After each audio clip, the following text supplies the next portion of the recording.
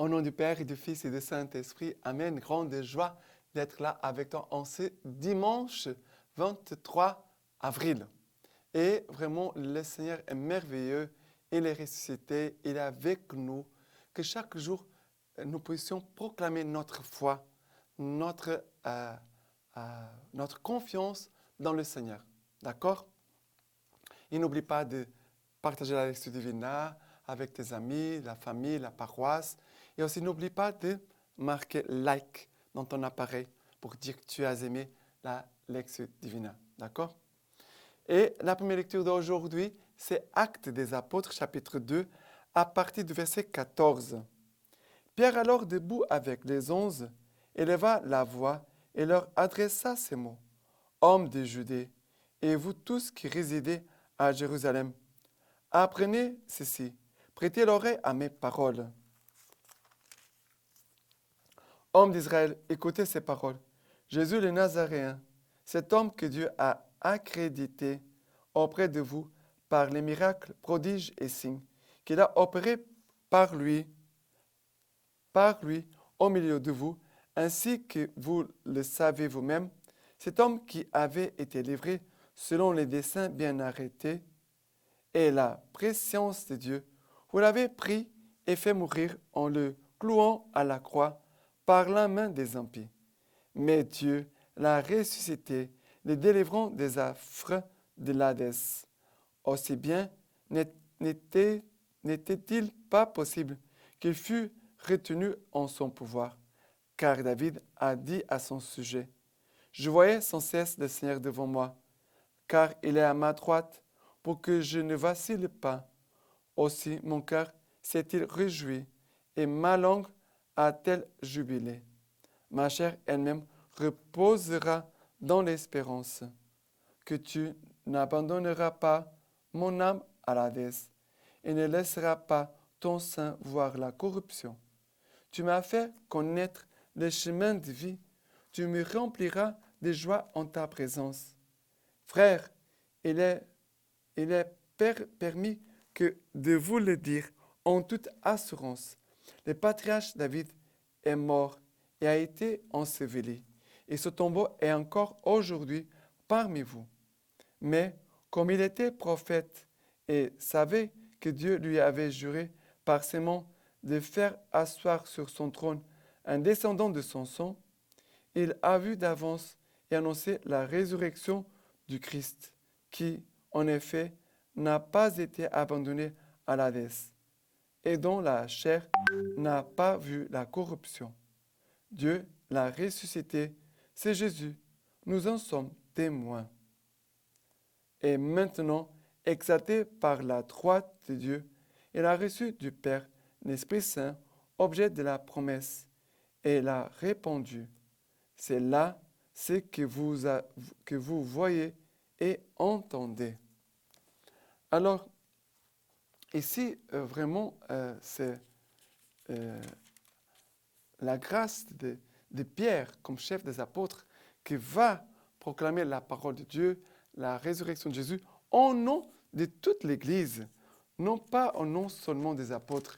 Il va parler à des hommes de Judée et vous tous qui résidez à Jérusalem, prêtez l'oreille à mes paroles. Et là, il va annoncer Jésus-Christ en toute assurance, avec beaucoup de courage, avec beaucoup de force. Et nous avons besoin d'avoir cette fermeté, cette assurance, cette force de la résurrection. Nous recevons la puissance de vie de Jésus ressuscité. Et on doit aussi annoncer la parole de Dieu. Et ici, c'est ce que Pierre fait. Et qu'est-ce qu'il va faire? Il va annoncer Jésus-Christ, que Jésus qui avait mis à mort par la main des impies. Et il va dire, vous l'avez pris et fait mourir en le clouant à la croix par la main des impies.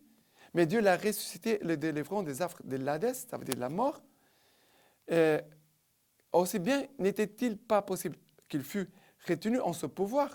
Et après, il va proclamer la résurrection, mais s'appuyant sur l'écriture de l'Ancien Testament que les Juifs connaissaient. Les Juifs ne connaissaient pas le Nouveau Testament. mais il connaissait bien l'Ancien Testament. Il va dire, voilà ce que l'Ancien Testament disait par la bouche, a dit par la bouche de David. Je vois sans cesse le Seigneur devant moi, car il est à ma droite pour que je ne vacille pas. Il va dire, ma chair elle-même reposera dans l'espérance, car tu n'abandonnes pas mon âme à l'Hadès, à la mort, et ne laisseras pas ton sein voir la corruption. Ça fait que c'est la proclamation de la résurrection qui déjà, David avait déjà, beaucoup de temps avant Jésus-Christ, avait déjà prophétisé. Voilà. Et après, Pierre, vraiment, il dit que David a vu d'avance et annoncé la résurrection de Christ. Et après, il va dire, c'est Jésus, et il est ressuscité. Nous en sommes témoins. Nous sommes témoins. Car il a reçu du Père l'Esprit Saint. Voilà, l'Esprit de la résurrection. Nous devons demander cette grâce de proclamation de la bonne nouvelle, annoncer Jésus-Christ, comme ça, comme Pierre, mais aussi de le faire appuyer non pas sur nos propres forces, mais appuyer sur la force de l'Esprit Saint. D'accord? Et maintenant, le psaume d'aujourd'hui, c'est le psaume 16, à partir du verset 1. Garde-moi, mon Dieu, mon refuge est en toi. Tu as dit au Seigneur, c'est toi mon Seigneur. Après verset 5, Seigneur, ma part d'héritage et ma coupe, c'est toi qui garantis mon lot. Mon lot. Verset 7, 8. Je bénis le Seigneur qui s'est fait mon conseil, et même la nuit, mon cœur m'instruit. J'ai mis le Seigneur devant moi sans relâche. Puisqu'il est à ma droite, je ne puis chanceler. Aussi mon cœur exulte, mon âme, mes entrailles jubilent, et ma chair reposera en sûreté. Car tu ne peux abandonner mon âme au Sheol, tu ne peux laisser ton fidèle voir la fosse. Verset 11. Tu m'apprendras les chemins de vie, devant ta face plénitude de joie, en ta droite délices éternelles. Voilà, et c'est le psaume que Pierre a appris dans la première lecture, qui à la fin nous dit, tu m'apprendras les chemins de vie, tu me conduiras vers la vie, devant ta face, devant l'éternité, devant le Seigneur, plénitude de joie, à ta droite délices éternelles. Voilà, c'est la vie éternelle, la résurrection que nous attendons. Maintenant, la deuxième lecture, c'est 1 Pierre, chapitre 1er, à partir du verset 17. Et c'est vous appelez Père, c'est lui qui, sans acception des personnes, juge chacun selon ses œuvres. Conduisez-vous avec crainte pendant le temps de votre exil. Sachez que ce n'est pas rien de corruptible, argent ou or, que vous avez été affranchis de la vaine conduite, hérité de vos pères, mais par un sang précieux, comme d'un agneau, sans reproche et sans tache, le Christ, discerné avant la fondation du monde, et manifesté dans le dernier temps à cause de vous. Par lui, vous croyez en Dieu, qui l'a fait ressusciter d'entre les morts, et lui a donné la gloire, si bien que votre foi soit en Dieu comme votre espérance. Ici, nous dit Saint Pierre, qui nous dit que le Père, qui ne fait acception des personnes, juge chacun selon ses œuvres. Pour cela, conduisez-vous avec crainte pendant le temps de votre exil. Ça veut dire, pendant que vous êtes ici sur cette terre, conduisez-vous avec crainte, ça veut dire avec respect envers le Dieu. Ayez le respect de Dieu, l'amour de Dieu. Et après, il va dire, car ce n'est pas par du sang, par un sang précieux, mais, sachez que ce n'est par rien de corruptible, argent ou or, que vous avez été affranchis de la vaine conduite héritée de vos pères, mais par un sang précieux. Ça veut dire le sang de Jésus-Christ, l'agneau pascal. Ça veut dire, vous avez été délivrés de la mort par le sang de Jésus-Christ. Et après, il va dire, par lui, par Jésus-Christ, vous croyez en Dieu, qui l'a fait ressusciter d'entre les morts et lui a donné la gloire, si bien que votre foi soit en Dieu, comme votre espérance est en lui. Alors, Jésus, qui a été ressuscité d'entre les morts, lui, il veut nous donner aussi sa gloire. Sa gloire, ça veut dire la vie éternelle, la résurrection. Et que notre foi soit vraiment en Dieu, comme notre espérance est en Dieu. L'espérance est la vertu, la foi, bien sûr, que nous ouvre à l'action de Dieu, à l'action de l'Esprit Saint, mais aussi l'espérance. L'espérance qui nous permet de vivre chaque jour en gardant toujours la vision béatifique, ça veut dire la vision, la vie éternelle, le but de notre vie. Voilà, c'est le but, c'est le ciel, la vie éternelle.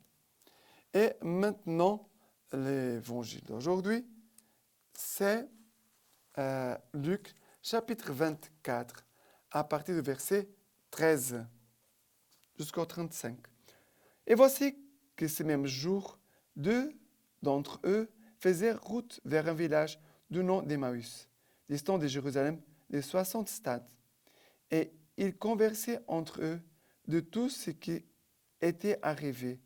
Il advint, comme ils conversaient et discutaient ensemble, que Jésus en personne s'approcha et il faisait route avec eux. Mais leurs yeux étaient empêchés de les reconnaître.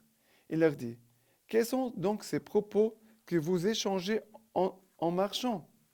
Et ils s'arrêtèrent, les visages sombres. Prenant la parole, l'un d'eux, nommé Cléophas, lui dit, « Tu es bien le seul habitant de Jérusalem à ignorer ce qui est arrivé ce jour-ci? » « Quoi donc ?» leur dit-il. Ils lui dirent, « Ce qui concerne Jésus le Nazaréen, qui s'est montré un prophète puissant en œuvre et en parole, devant Dieu et devant tout le peuple. Comment nos grands prêtres et nos chefs l'ont livré pour être condamnés à mort et l'ont crucifié. Nous espérions, nous, que c'était lui qui allait délivrer Israël. Mais avec tout cela, voilà le 3e jour, depuis que ces choses sont arrivées. Quelques femmes qui sont des nôtres nous ont, il est vrai, stupéfiés. S'étant rendues de grand matin au tombeau, et n'ayant pas trouvé son corps, elles sont revenues nous dire qu'elles ont même eu la vision d'anges, qui les disent vivants. Quelques-uns des nôtres sont allés au tombeau et ont trouvé les choses, tout comme les femmes avaient dit, mais lui, ils ne l'ont pas vu. Alors il leur dit, ô cœur sans intelligence, non à croire à tout ce qu'ont annoncé les prophètes. Ne fallait-il pas que le Christ endurât ses souffrances pour entrer dans sa gloire? Et commençant par Moïse et parcourant tous les prophètes, il leur interpréta dans toutes les Écritures ce qui les concernait. Quand ils furent près du village où ils se rendaient, il fit semblant d'aller plus loin. Mais ils les pressèrent en disant, « Reste avec nous, car le soir tombe et le jour déjà touche à son terme. » Il entra donc pour rester avec eux, et il advint, comme il était à table avec eux, qu'il prit le pain, dit la bénédiction, puis le rompit et le leur donna. Leurs yeux s'ouvrirent et le reconnurent, mais il avait disparu devant eux, et ils se dirent l'un à l'autre, « Notre cœur n'était-il pas tout brûlant au-dedans de nous, quand il nous parlait en chemin, quand il nous expliquait les Écritures? » À cette heure même, ils partirent et s'en retournèrent à Jérusalem. Ils trouvèrent réunis les 11 et leurs compagnons, qui dirent, « C'est bien vrai, le Seigneur est ressuscité, et il est apparu à Simon. » Et eux de raconter ce qui s'était passé en chemin, et comme ils l'avaient reconnu à la fraction du pain. Alors, ici, deux choses très importantes pour reprendre le bon chemin, reprendre la course de l'évangélisation, la course de l'amour de Dieu, c'est avoir le cœur brûlant et aussi l'Eucharistie. Ça veut dire que les deux disciples d'Emmaüs avaient le cœur brûlant parce que Jésus avait mis le feu par sa parole. Jésus va apprendre. Qu'est-ce que Jésus va faire avec les disciples d'Emmaüs? On pourrait dire un accompagnement spirituel, parce que Jésus est en train de s'éloigner de Jérusalem.